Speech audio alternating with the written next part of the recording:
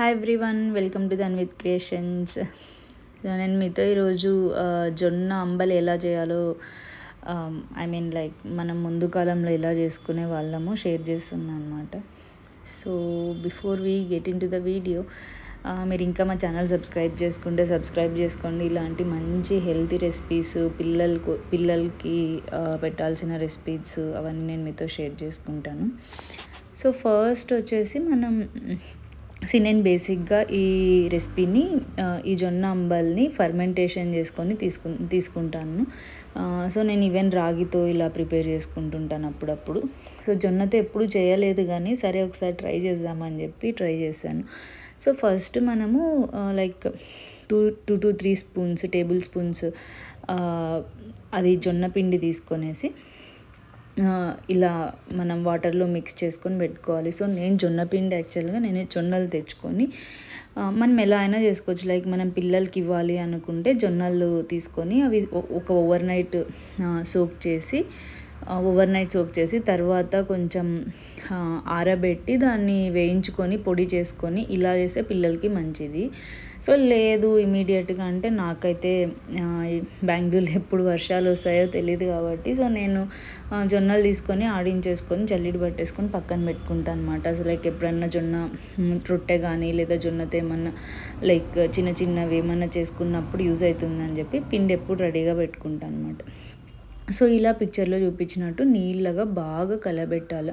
మనకి ఉండలు లేకుండా మనం బాగా స్పూన్తో మిక్స్ చేసుకున్నా సరిపోద్ది అనమాట. సో దాన్ని కాసేపు సిమ్లో పెట్టి మనం స్టవ్ మీద పెట్టాలి. సో నేను మట్టి కుండనే తీసుకున్నాను. మామూలుగా నేను కొర్రలు అలా ఏమన్నా మిల్లెట్స్ చేసుకున్నప్పుడు కూడా నేను ఇది యూజ్ చేసుకుంటాను అనమాట. సో ఫెర్మెంటేషన్కి చాలా మంచిది కదా మట్టి కుండ అనేది. సో అలానే బాగా ఉడికించాలి. మీరు వీడియోలో చూస్తున్నట్టు అది మంచిగా థిక్ కన్సిస్టెన్సీ వచ్చే వరకు వెయిట్ చేయాలి. మన కలర్ చేంజ్ అవుతుంది అనమాట, కొంచెం రెడ్డిష్ కలర్ వస్తుంది. సో దాన్ని మనం అలా 7 hours, మినిమం 7 to 8 hours మనం అలానే పెట్టాలి. సో మీరు ఒకవేళ మార్నింగ్ తీసుకోవాలనుకుంటే నైట్ చేసుకొని పెట్టుకోవడం, లేదా నేనైతే నైట్ డిన్నర్ చేయకుండా ఇది తీసుకుందామని చెప్పి ప్రిపేర్ చేసుకున్నాను.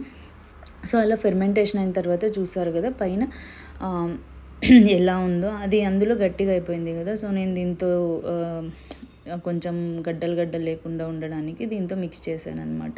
సో మనకి కొంచెం మజ్జిగ వేసుకొనేసి, లేదా మన ఇంట్లో పెరుగు ఉంటుంది, పెరుగు వేసి దాంట్లోకి వాటర్ వేసి ఇలా బాగా కలిపేసుకున్నాను అనమాట. సో ఫుల్ నీళ్ళగా అయిపోవాలి. అంటే మనకి ఎలా కన్సిస్టెన్సీ, కొందరికి తిక్కుగున్న లస్సీ లాగా ఇష్టపడతారు కదా, నాకైతే కొంచెం వాటరిష్గా ఉంటే బాగుంటుంది అని చెప్పేసి నేను కొన్ని వాటర్ ఎక్కువ వేసుకొని బాగా కలుపుకొని ఉండలు లేకుండా బాగా మిక్స్ చేసుకున్నాను అనమాట. సో తర్వాత ఒక చిన్న ఆనియన్ తీసుకొని దాన్ని ఇలా చిన్న పీసెస్లా కట్ చేసుకొని, ఈవెన్ మనకి ఇంట్రెస్ట్ ఉంటే కొంచెం నెయ్యిలో పోపు కూడా పెట్టుకొనేసి వాడుకోవచ్చు. కొన్ని శనగిత్తనాలు, కొంచెం కొత్తిమీర ఇంట్లో లేకుండా అనమాట. సో నేను వీటితో అడ్జస్ట్ అయిపోయినాను. సో నెయ్యిలో నువ్వులు అలాంటివన్నీ కూడా మనం పోపు పెట్టుకొని యూస్ చేసుకోవచ్చు అనమాట. కొత్తిమీర, కరివేపాకు ఇలా అంతా పోపు పెట్టుకొని. సో దీన్ని నేను ఇలా బాగా కలిపేసుకొనేసి ఒక 10-15 minutes అలా పక్కన పెట్టేసి యూజ్ చేసుకున్నాను అనమాట.